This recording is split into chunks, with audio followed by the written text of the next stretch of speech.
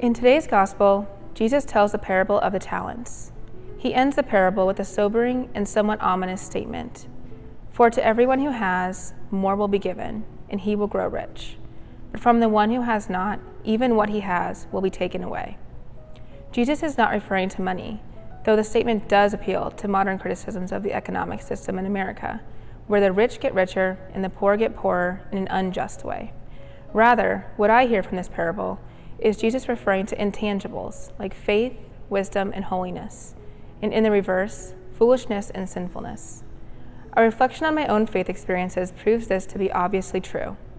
The more faithful I am, the more faithful I tend to continue to be.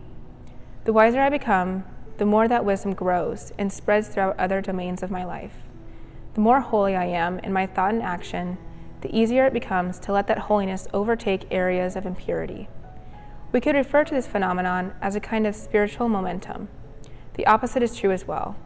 When one has little faith, wisdom, and holiness, the momentum within one's soul is weak and easily overcome by temptation.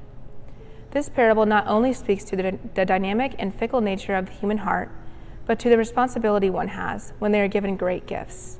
We, as the faithful who have the privilege of studying theology and ministry at the graduate level and going into roles of leadership in the church, have been given great responsibility.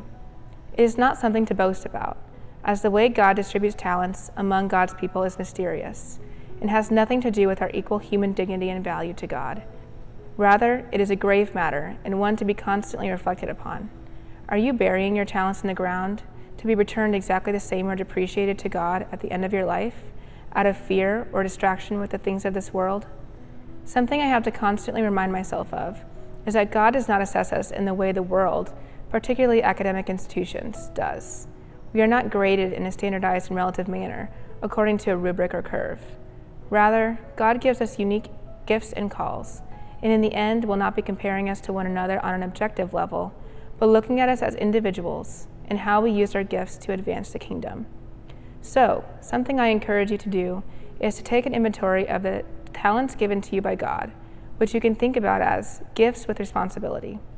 Using this inventory as a measuring stick, rather than comparing yourself to your neighbor, ask yourself, are you giving God your all and according to your talents, or are you doing just enough to get by?